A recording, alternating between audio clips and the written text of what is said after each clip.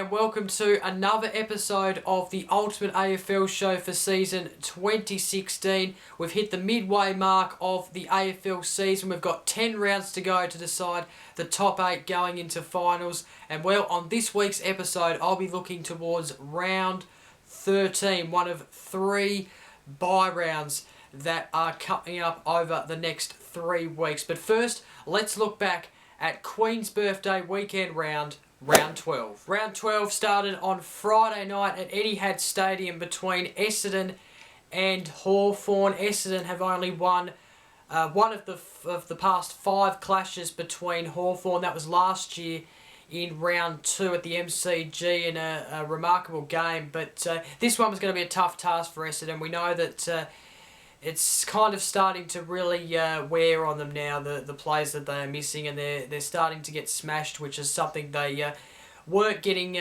done early, but now they're starting to get smashed. And this game was, I think we all predicted it was going to be quite a one-sided affair, and it turned out that way. Hawthorn just dominated from start to finish. I predicted that this game would... I predicted this on Twitter that Essendon would get beaten by 90 points. It was actually 108 points in the end. Hawthorn winning 23-13, 151, defeating Essendon 6-7-43. Let's go through the goal kickers for Essendon. Danaher kicked 2. He wasn't too bad in this game. He kicked 2 goals. And, was the only multiple goal kicker of the game for Essendon.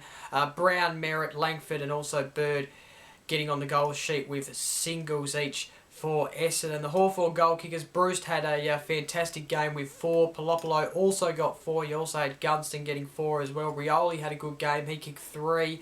O'Brien, Stewart kicked 2 each. And then Smith, Burgoyne, Shields and Langford kicked singles each for the Hawks. And what was a one-sided affair, that's all I can really say. There was not really much positive news to take out of the game from an Essendon point of view. And well, for Hawthorn, I actually can't see them losing more than 2 games in the last 10 rounds. They've got the Sydney Swans and the West Coast Eagles, both teams away from home, so the Sydney Swans at the SCG and West Coast at Domain. They've had problems trying to beat the West Coast at Domain in the past couple of years. It could be a little bit different this year considering the form of the Eagles. But they probably will lose the game against the Swans, and you never know. They could at the moment end up in a top 4 spot if results go their way. But I'm probably going to be tipping them about 5th or 6th at this stage. But they can still win the grand final. Let's not rule them out just yet. Saturday afternoon started at the beautiful Adelaide Oval between Port Adelaide and the Western Bulldogs. Of course, the Western Bulldogs winning their last 2 matches going into this game, and same with Port Adelaide. They've got good wins over Melbourne and also Collingwood going into this game. Now, this actually turned out to be the game of the round, to be quite truthful. This was a fantastic game, and well, it was a very even first quarter. Let's just say that the Dogs had the lead 6-1 to 4-3 at quarter time. At half time was a bit different. The Dogs still had the lead 7-3 to 6-7. Dixon actually had a shot at half-time and it put them in front. But Port Adelaide seemed to dominate this quarter. They had a few inside 50s, a few chances to actually get some goals and get a good lead going into the half-time break, but didn't quite take them. And the Dogs, to their credit, the defence was really holding off Port Adelaide at various stages in the second quarter. So it was a half-time lead to the Dogs. Port Adelaide actually led at three-quarter time, and Dogs had all the work to do, 11-9 to 10-6. Charlie Dixon in the third quarter was really starting to be a real dangerous player. In fact, he got a goal, and he was really starting to be dangerous. But the Dogs were really trying to hold him off, and then in the end, it was a fantastic game. The Dogs actually got the first, I think it was about 3 goals of the fourth term. And Port Adelaide, they did make a comeback, and they only lost by 3 points. The Dogs were able to hold them off. The final score being 14-13, 97 Port Adelaide to the Western Bulldogs 15-10, 100. The Port Adelaide goal kickers, Wingard, Dixon, Need, and also Young kicked 2 each. You then have Impey, Howard, Wines, Gray, Boak, and Ebert kicking singles each for the Power. The Dogs goal kickers, Jack Redpath kicked 4 each, including 3 goals in the first quarter. He was outstanding in the first term and topped it off with his 4th goal in the 4th quarter. Stringer kicked 3. He had a a pretty good game in terms of the goal sheet and was thereabouts in the game as well, especially through the midfield where they've been playing him a lot more lately, which is very good to see because he's a real dominant force through that midfield. You then had Dixon and Bontempelli kicking two each. Bontempelli kicked the second goal of the game for the Dogs, and a pretty beautiful goal actually. Liberatore, Honeychurch, Dalhouse and Biggs also getting on the goal sheet for the Western Bulldogs, kicking singles each. So it was a good win for the Dogs. They get their first back-to-back-to-back wins for season 2016 in front of a crowd of 40-odd thousand at the Adelaide Oval in what was a sensational Saturday afternoon game. I would probably say that this has probably been one of the games of the year, no doubt about it, so far. The Twilight Saturday game was at the Gabba in beautiful Brisbane, Queensland. In other words, it was between the Brisbane Lions and the Fremantle Dockers. Freo going for their first back-to-back wins for season 2016. Of course, last week got a good win over the Bombers. And, well, the Brisbane Lions really started off well in this game. They kicked the first 3 goals and scores were level at quarter time because Freo were able to get the next 3 goals and level it up. The second quarter, though, this was really when it was taken away from the Lions. They had a good start to this game, I must say. They really did get out of the blocks, but the second quarter was terrible. They were down, the Brisbane Lions, at half-time pretty dramatically, 4-6 to 12-3. You can just see the score there and just shake your head. The Brisbane Lions, what have they done? They got off to a good start and then they just let it all go in the second quarter. Remarkable. And then they let it all go really in the third quarter as well. Really dominant third quarter by the Freo Dockers. 7-6 Brisbane Lions to the Dockers 18-7. And then in the end, the Brisbane Lions finished 9-10-64, defeated by Fremantle 23-8. 147. They would be absolutely devastated with themselves because that is probably the second loss at home, the second biggest loss at home that they've faced this season. Of course, Collingwood was another example of that, but I tell you what, they were good a few weeks ago against Hawthorn at the Gabba, but it seems like a trend. One week at the Gabba they're good and competitive, and the next time at the Gabba they are poor. It's not good enough. So the Brisbane Lion goal kickers, Skay, Coulter, Taylor kicked 2 each. They were probably the only shining lights for the Lions in this game. Rich Buick and Bassnack kicked singles each for the Lions. For Fremantle, Tabernar kicked a massive 5 goals.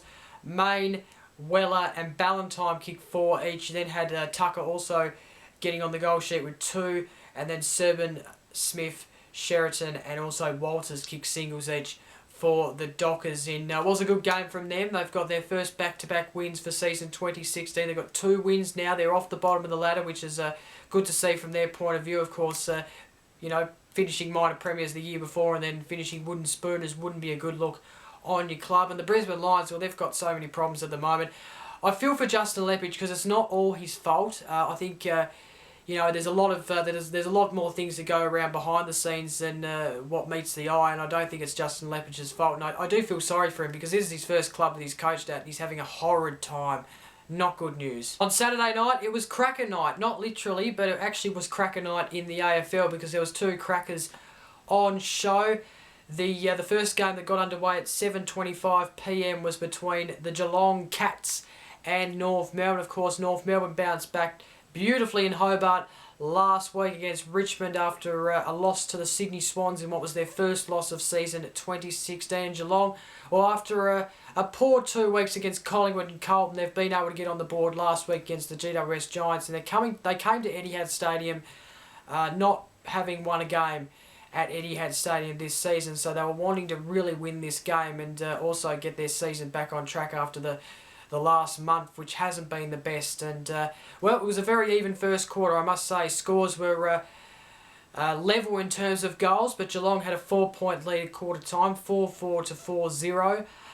North Melbourne, by the way, were losing players throughout this game, which I'll talk about throughout this review. But North Melbourne led at half-time, 8-1 to 5-9. And then at three-quarter time, Geelong led 12-11 to North Melbourne 11-2. They lost Dal Santo at one stage, which wasn't good news. And they also lost Swallow to concussion as well. Cunningham, Atley, Nahas.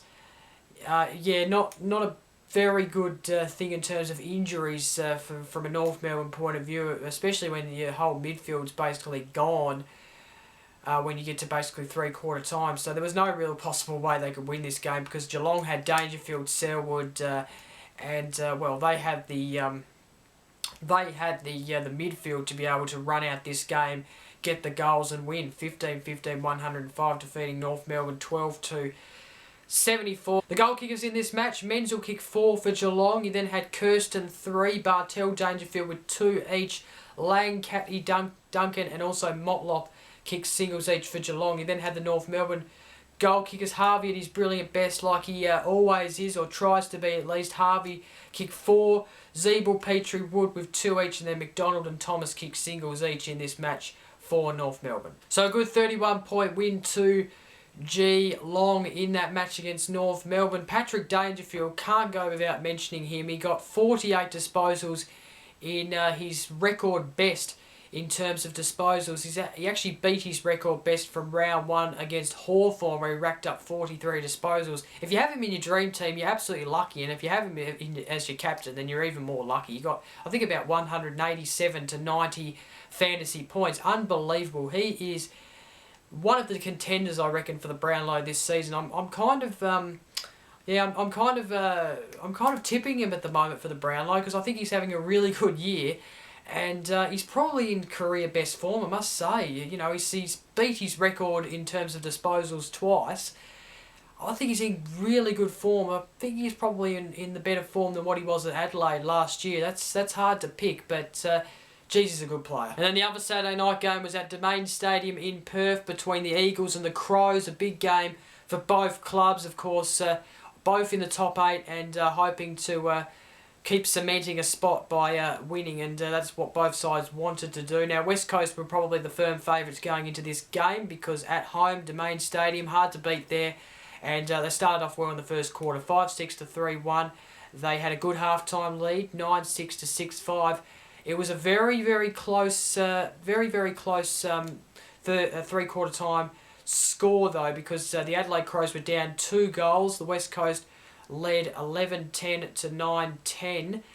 And then the fourth quarter, the Crows actually remarkably came back and beat the Eagles in what was a sensational game from them. The final score, the West Coast Eagles finishing 11-10, 76, defeating the Crows 15-15, 105. The goal kickers in this match, Kennedy kicked 3, Darling Yeo kicked 2, Hill, Hutchings, Gaff and Duggan kicked singles each for the Eagles. You then had the Crows goal kickers, Betts kicked 5. Remarkable year he's having, like we would have probably expected. Jenkins kicked 3, Walker kicked 2. You then had Lynch, Douglas, McGovern, Cameron and also Atkins with singles each for the Crows. And what was a great win for them, they've went away from home and defeated the Eagles, which is very hard to do at Domain Stadium, I must say. And, the Eagles, they've lost 2 in a row now. They lost to the Dogs last week. They've lost another one. They're now sitting 8th on the ladder.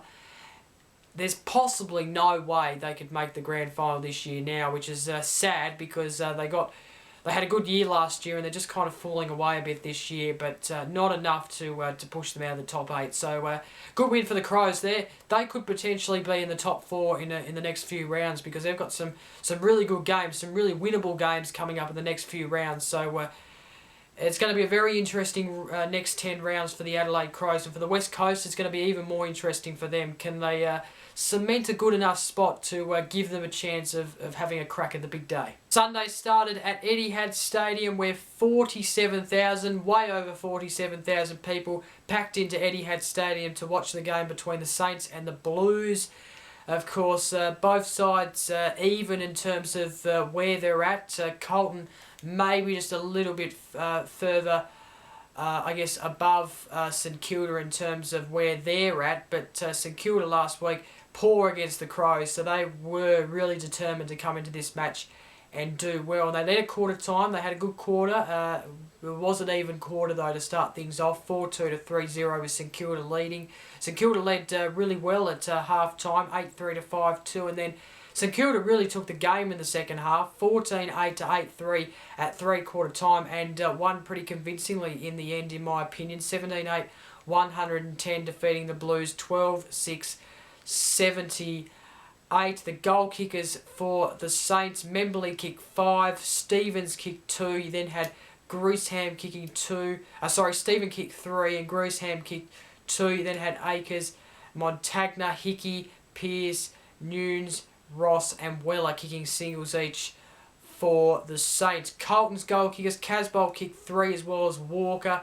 Wright kicked 2 and then Simpson, Lamb, Gibbs and Everett kicked singles each. And probably what was their one of their bad losses of season 2016, Carlton. They've had a really good patch in the last month, but St Kilda were just far too strong. I think they're going to have games like this, though, throughout the year. Of course, we saw it against North Melbourne, and they came back the next week to win, but I think we're going to see lapses in games where they're not going to be able to win, and I think that's just normal from a club like Carlton, because that's where they're at in terms of this season and their future. The mid-afternoon game on Sunday was at the MCG between the Tigers and the Suns. You might remember last week, wasn't too keen on this match, but it actually ended up being a really good match, and I ended up watching most of it at least. I did turn over to Sydney Swans and GWS, I think about halfway through the game, but did turn it back to this one because it was very, very close. Richmond led at quarter time, 4-2 to 3-2, but then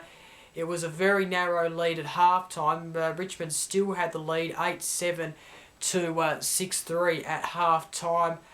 The Gold Coast Suns, though, they had the lead at three-quarter time. It was a really good lead from their point of view, 11-7 to 9-9. And then in the end, Richmond, it was a real close fourth quarter. Gold Coast got a goal. They were keeping themselves in the match and kind of in front, but Richmond were able to run over the top of them like you would expect from a team like that, although Richmond have just been in all sorts this year. But the final score, 17-12, 114 Richmond, defeating the Gold Coast Suns 15-7, 97. The Richmond goal kickers, Edwards kicked 3 as well as Deledio, Martin Lloyd Griffiths kicked 2 each, and then Vickery, Lambert, Hampson, Cochin and Rewald kicked singles each for the Tigers. The Gold Coast Suns goal kickers, we had Lynch kicking 4, a big multiple goal kicker of the game like he normally is. He's probably the best player at their club right now, but anyway, he kicked 4. Wright, Davis kicked 2 each. You then had Sexton, Day, Rosa, Nichols, May, Hardbrow and Ablett kicking singles each for the Suns. I tell you what, that's a passable game for me. I think they put in the effort. Couldn't quite put the effort in for all 4 quarters. That's something they'll be working on as a club, but that's a passable result from me, considering where they're at. They really did give it a go in this game. They really took it up to the Tigers at the MCG. And by the way, I should mention, last week I made a terrible mistake of saying that this was the first time these two teams have met at the MCG. It's actually the second time they met at the MCG last year. So I did my research badly on that one, but hey, I'll cop the blame. Over 30,000 attended this game at the MCG, by the way. The final game of the Sunday was the match of the round for most people, including myself, and probably for the competition, the Sydney Derby. This was probably the closest that a Sydney Derby would be expected to be, considering these two sides are both in the top 8. So, really, really good game. Really good game we were expecting, and it did turn out that way. At quarter time, GWS were in front by a point. GWS, though, took a really good lead going into half time, just by a few goals, 6-6 to 4-6. The GWS led at 3. That was the half time score. The three-quarter time score was GWS leading pretty convincingly, 10-11 to the Swans 7-9, and then in the end, the Giants really took away a good win against their rivals. Probably the biggest win they've had against their Sydney rivals. So the final score being the GWS Giants 15-15, 104, defeating the Swans 9-9, 63. So the goal kickers for the Giants, Green kicked 4, Johnson and Patton kicked 2 each, Scully, Cameron, Griffin, Cogilio, Lobb, Reid and Whitford kicked singles each for the Giants. You then had the Swans goal kickers, Franklin kicked 2, Jack, Rowan, Sinclair, McGlynn, Rose, Mitchell and Kennedy kicked singles each for the Swans. So not a good loss for the Swans. They've had a few losses like that this year. There was one against Richmond, of course, where they lost that one by a point. They seem to lose away from home every so often, but I'm sure they'll bounce back next week and win the game next week back at home. But the GWS, I tell you what, they're the real deal. They really are the real deal. They could get a top 4 spot the way they're going it's likely at this point. The final game of round 12 was the traditional Queen's Birthday clash between Melbourne and Collingwood. It started with Big Freeze at the G number 2, which is a sensational cause. Of course, all in respect to Neil Danaher, and of course the fight to freeze MND and find a cure, and the money that was raised, hopefully we find a cure very soon, because there is people doing research out there, and the money of course helps. Now I did donate, and I'm right behind this cause, and I tell you what, it was so good to see some of those people go down the slide. Gerard Whateley was probably my favourite, that black caviar whip at the end, and of course Eddie Maguire and his sponsor suit, Matthew Lloyd, Matthew Richardson. There was a lot of superstars that went down that slide. It was a fantastic laugh before the big game got started. So in terms of the game, Collingwood led at quarter time 4-4 to 2-4, but it really slipped away from them after that quarter, because Melbourne were pretty ferocious. They led 9-6 to 5-4. Melbourne just led at three-quarter time 11-7 to 6-6, and then in the end Melbourne finished 16-8, 104 to Collingwood 8-10, 58. The goal kickers, Melbourne's Hogan kicked 3 as well as Kenton Gawn. Gawn had a best on ground performance, let's say that. Watts kicked 2, Viney, Trengrove, Petrarca, Jones and Kennedy kicked singles each for the D's. You then had Collingwood goal kickers, Cox kicked 2, Mainyard, White, Sidebottom, Varco, Greenwood and Grundy kicked singles each for the Pies. Where to now for the Pies? That's the thing. They're out of the finals. No way they can make the finals now. And yeah, of course, Travis Cloak dropped again after just 1 week. I thought that was pretty harsh, but yeah, I have no words really. Collingwood are just in that bad form that they need to just assess where they're at the end of the year, and then hopefully have plans in place for next season to get them going a bit better, because yeah, this year just has not worked out for them. It's been a complete failure this year. Okay, so that's round 12 completed. Now let's get into who's leading what in terms of the goal kickers, disposals, marks and tackles. I'll start with the goal kickers, and no surprise that Franklin leads on 43. I'm not sure if he can get to 100 now, at least by the end of the season, but he might get it in the finals, you never know. But I think he might get about 80 to 90 goals at the end of the season. But it's Buddy Franklin we're talking about. It's Lance Franklin. And he can do anything, because, well, he's a star. So he leads on 43. Kennedy's 2 goals behind him on 41. We then have Tom Lynch in third on 39. You have Jenkins from Adelaide on 37. And Eddie Betts rounds out the top 5 there on 33. The leading disposals, Lockie Neal leads on 394 disposals. Dan Handlebury is second on 375. Lockie Hunter not far behind him on third in 373 disposals. You then have Patrick Dangerfield there on fourth, 369 disposals. Adam Treloar just 1 disposal behind Patrick Dangerfield on 368 disposals in fifth. The leading marks, we have Nick Riewoldt leading the marks on 114. He's been leading for a few weeks now, and he actually didn't play on Sunday, so but he still leads the marks. He's actually joint leader though to Heath Shaw, who is on 114 marks. Also, third is Sam Doherty on 96. You have Cade Simpson on 93, and then Jesse Hogan rounds out the top 5 on 87. You then have the tackles. Swallow leads the tackles on 100. Shields is in second from Hawthorn on 91. Prittis on 88 in third. Greenwood on fourth with 83. And then Curnow is on 82, rounding out the top 5. So that is the stats after round 12. And then finally, the ladder after round 12. North Melbourne, top of the table, but Geelong, the Swans, and the Dogs, as well as Hawthorn, are only 1 game behind North Melbourne. Of course, percentage separates the Cats, the Swans, the Dogs, Hawks. You also have GWS Giants in 6th, Crows in 7th, and the Eagles rounding out the top 8. Port Adelaide sitting in 9th. They're about 4 points out of the top 8. The West Coast is probably the closest team they are to. Melbourne's in 10th. They can still make the top 8 as well, because they are only 4 points out of it. Carlton there as well on 24. You then have St Kilda in 12th. Richmond 13th. Collingwood's in 14th now, so it makes it very difficult. If you're behind Richmond, then you're not going to make the final. Simple as that.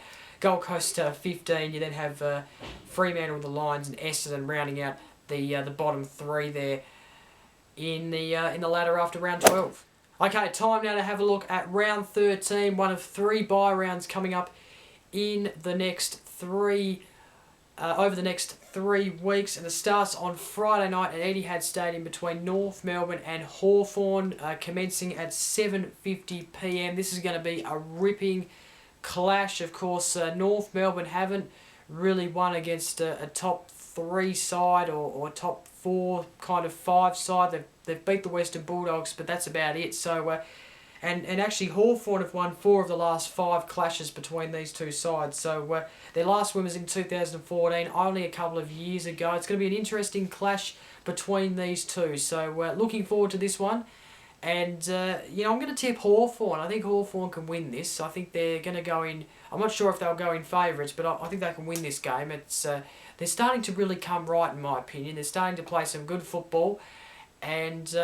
I wouldn't rule them out of a 4-peat just yet, but I tell you what, they will win this game, I reckon. Saturday there are 3 games, and it starts at the Gabba at 1:40 p.m. It is the Brisbane Lions and the West Coast Eagles. The West Coast have won 32-12 with 1 draw, so it's going to be a very hard task for the Brisbane Lions, who are in poor form, although we know the Eagles' away form isn't very flash, so I guess the Brisbane Lions can take that into consideration and give that as a confidence booster going into this match. But I think the West Coast Eagles will win this game pretty convincingly and bounce back after the last 2 weeks of losses. The twilight game on Saturday is a beauty. It is between Fremantle and Port Adelaide. I really believe this is going to be a good game, and this game getting underway at 4:35 p.m. at Domain Stadium in Perth. The Dockers have won 7 of the past 10 clashes against the Port Power. I actually think they can win this game. I'm gonna be a bit sneaky and tip them. It's a bit of a risk. I'm a bit of a risk taker, I guess, but I'm going to tip them. I think they can win. Port Adelaide, they really did take it up to the Dogs last week, and it was a very close match, but I feel like they're a lazy side. I feel like all they do is just grab the ball and kick it long. They don't really move the ball as quick as some teams do. So, it'll be a good game. Port Adelaide, probably the favourites going to this game. Going to tip Fremantle, though, to get their first back-to-back-to-back wins for season 2016. It'll be a hard task for them. I think they can win, though. The final game of Saturday is the only Saturday night game of this round. It is between the Western Bulldogs and Geelong. It is the game of the round, you would have to say. Of course, Hawthorn North Melbourne's probably another one in that category, but this is going to be a beauty. The Cats have the Cats have won the past 8 clashes, and the Dogs haven't won since 2009, so it's going to be really, really tough for the Dogs, but they can do anything. They've gone into every game this year a chance to win. So this game's starting at 7:25 p.m. It's at Etihad Stadium. And, being a Dogs supporter, I'm going to tip the Western Bulldogs. But, geez, it's going to be a beauty. And Geelong are going to be very hard to beat from a Western Bulldogs perspective. On Sunday, it starts with the Sydney Swans taking on Melbourne, starting at 1:10 p.m. at the SCG. This is the first time these two teams have met at the SCG since 2012. They drew at the MCG in 2011, if you want to note that fact, but the Sydney Swans have been pretty dominant over Melbourne in recent times. So I think the Sydney Swans will bounce back in this game after last week. They're back at home at the SCG, a ground that they love playing at. They're very hard to beat there this season, and I think Buddy Franklin, I'm going to predict that he'll kick 5 goals in this match. And the final game of round 13, it is Essendon and the GWS Giants. This game starting at 4:40 p.m. at Etihad Stadium. The GWS haven't won at Etihad against the Bombers. However, they've only played there once, which was in 2013. So the first time these two teams meet in Melbourne since then. I think the GWS Giants will win pretty comfortably. They've already proven that they can win at Etihad Stadium, and I think they will smash Essendon by possibly maybe 80 to 100 points and get the chocolates before they head back to Sydney. GWS Giants, they're in good form. They could have a top 4 spot by the end of this round. Who knows? And the teams who have byes this week, Adelaide, Carlton, Collingwood, the Gold Coast Suns, Richmond and St Kilda all have byes this week, and we'll be back playing the second half of the season next week in round 14. And that is it for this episode of the Ultimate AFL Show. Hope you enjoyed it. Don't forget to like, comment and share this video. Don't forget to subscribe as well to get a new episode to your newsfeed every week. Until next week, I'm Jacob. Bye for now.